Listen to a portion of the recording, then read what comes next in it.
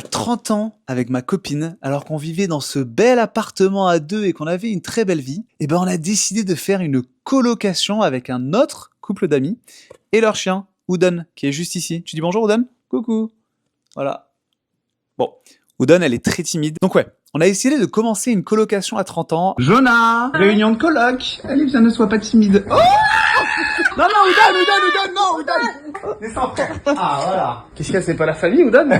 Alors c'est que quand on commence une coloc à 20 ans, on se dit bon c'est normal, ils font des économies d'argent, ces étudiants, étudiantes, c'est la vie quoi. Mais alors commencer une coloc à 30 ans, on se dit qu'est-ce qui a vraiment mal tourné dans leur vie pour qu'ils se mettent à faire ça alors qu'ils avaient une belle vie de couple à deux dans un appartement.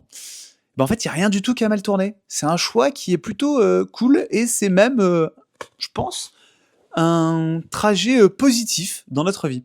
Et j'aimerais parler de ça aujourd'hui, j'aimerais parler de pourquoi on a décidé de faire une coloc à cet âge-là, et c'est quoi les bénéfices de faire une coloc quand on n'a pas d'enfant et qu'on veut juste kiffer sa life. C'est quoi ça? Waouh, un joli kiki. Après, il n'y a pas écrit quel coloc, hein. Donc. C'est pour moi. Non.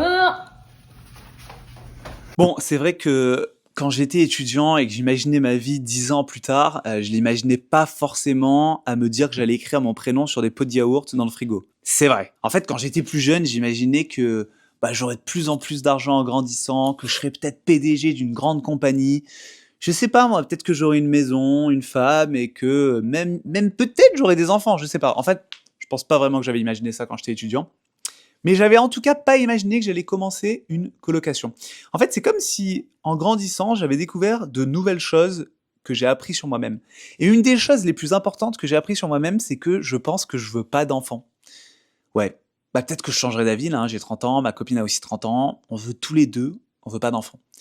Et donc la question qu'on s'est ultimement posée, c'est comment faire pour avoir toujours des gens autour de nous, toujours une vie sociale, malgré le fait que nos potes commencent tous à vieillir et à avoir des enfants et que nous, on n'en aura pas. En tout cas, on pense pas en avoir. Une des solutions à ça, c'est de vivre en communauté avec d'autres amis, alors soit des amis plus jeunes qui auront des enfants plus tard, ou alors des amis de notre âge qui n'ont pas d'enfants non plus.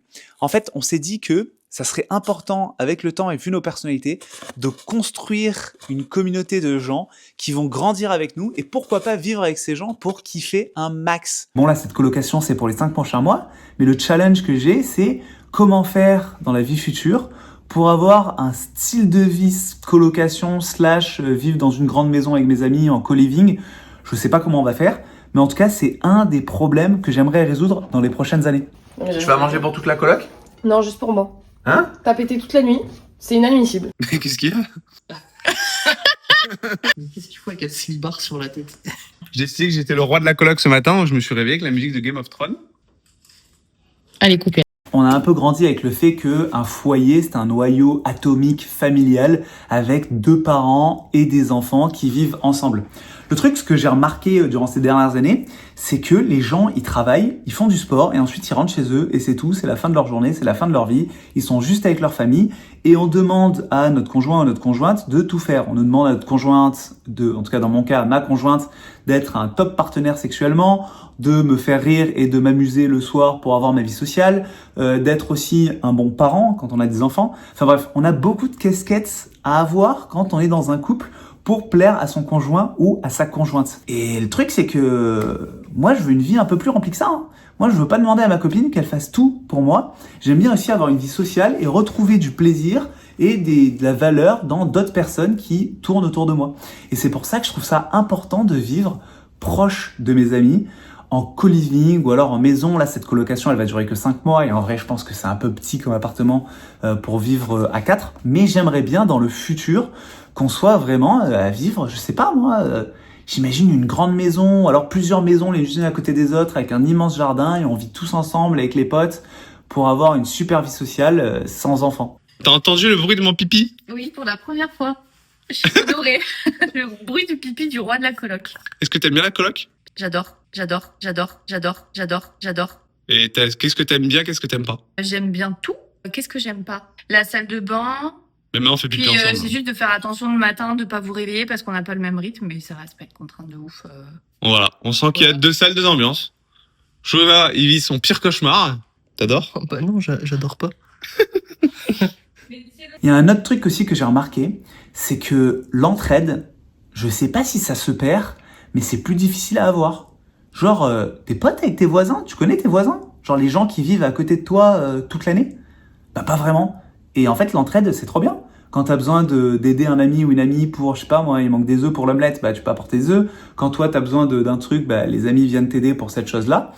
Et je trouve que cette entraide entre les gens, entre communautés, entre les gens qui vivent à côté de chez toi ou même chez toi, c'est super utile pour baisser la charge mentale.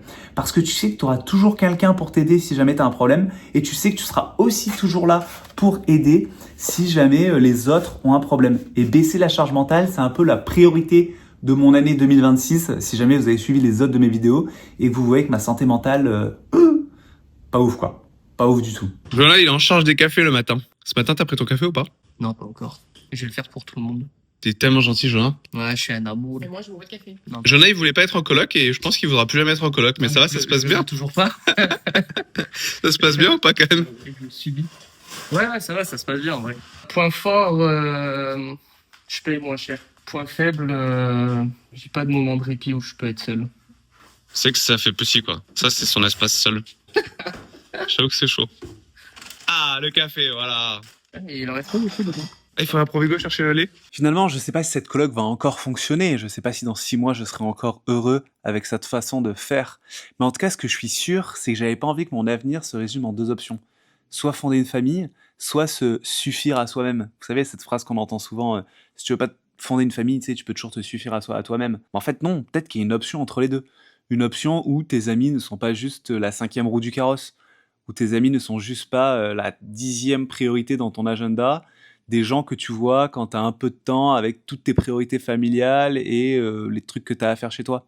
Un monde finalement où on s'entraide tous, où on vit dans une communauté et on partage des liens sociaux constamment avec des gens qui sont pas de notre famille. Je veux peut-être reprioriser les amis dans ma vie future et trouver un système de vie où ils sont toujours autour de moi, plus ou moins près de moi, surtout dans un monde où je veux pas forcément d'enfants. Donc vivre en coloc, je le vois vraiment pas comme un retour en arrière, je le vois plutôt comme une autre manière de construire une vie d'adulte. Et je me mets pas non plus en coloc parce que je refuse de grandir. Non, pas du tout.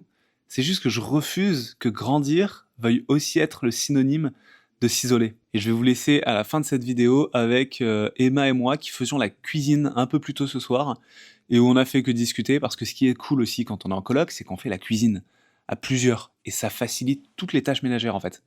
D'ailleurs, quand chacun s'occupe des tâches ménagères, la vie est beaucoup plus simple et il y a moins d'embrouilles dans le couple suite aux tâches ménagères, car je sais que c'est un gros problème dans les couples. Alors, faut que je fasse comme ça pour un couple. Ah oui. C'est la personne qui parle de la coloc, Emma. Ok. Ce soir, on va manger un bowl mexicain avec un max de protéines parce qu'on va mettre du haché végétal, ouais, des haricots rouges.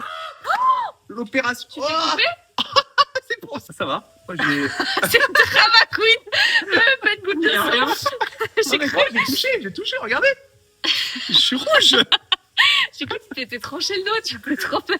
Hey, Je trouve que le rythme cardiaque, il a augmenté. Mais attends, je crois que les premières causes d'accidents de cuisine, De c'est la les main? avocats. Oui, C'est les tout avocats. à fait. C'est un fun fact que j'adore raconter. Ah et au fait, je t'invite à commenter la vidéo, à me dire ce que t'en penses. Est-ce que toi t'aimerais bien vivre en co-living, coloc, alors que t'as 30, 40, 50 ans, 60, 70 ans même, peu importe. Ici on n'est pas de discrimination avec tous les âges. Et puis abonne-toi, like, enfin tout ça là, c'est utile.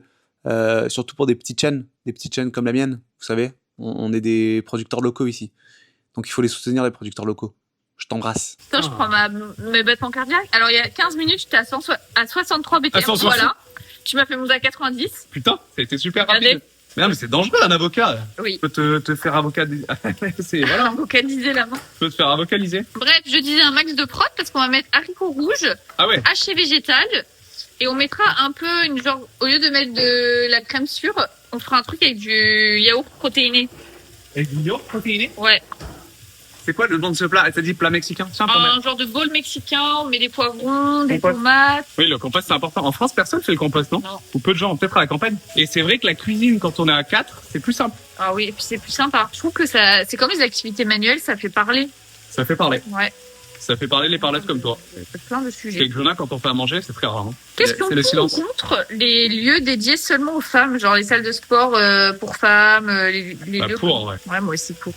Parce que je me dis, en fait, je vois pas d'argument contre que les femmes se sentent en danger. Il y a des preuves que c'est vrai. Il y a des vrais dangers, quoi. Il vaut mieux qu'elles soient dans des endroits où elles se sentent sécures, quoi. Parce que l'homme est dangereux, hein. L'homme est un loup Oui. pour la femme. C'est quoi la vraie citation? L'homme est un loup pour l'homme. Ouais. C'est qui a dit ça? Dites-nous. Emmanuel Macron.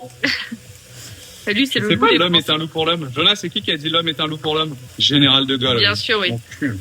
J'ai envie de regarder La Femme de ménage ce soir. Ça te Et dérange de le revoir? Non. Mais il y a le film, la série Empathie qui a l'air trop cool. Empathie? Ouais, c'est sur l'histoire, c'est été sur filmé à l'empathie Montréal. Ah, Et c'est l'histoire de deux personnes, de deux psychiatres ok. qui travaillent dans un cabinet psychiatrique, du coup. Ouais. Avec des cas psychiatriques assez hardcore. Oh, ça a l'air bien. Ça a l'air très stylé. Mais on peut commencer par la femme de ménage et demain on regardera. Parce qu'on a tendance, quand on commence une série, à pas la finir. Oui, bah ça c'est à cause d'Emma. Hein. Emma, elle se met ses doudous dans le canapé. Et après, elle s'endort au bout de 10 Je vais minutes. essayer de plus regarder avec mes doudous. C'est tes doudous qui t'endorment. Ouais. À l'Odyssée, là, au cinéma. Pas de doudous. Pas de doudou, Pas pas de de dodo. Je rigole tellement. Je rigole tellement beaucoup pour des petits trucs. J'ai un humour niche.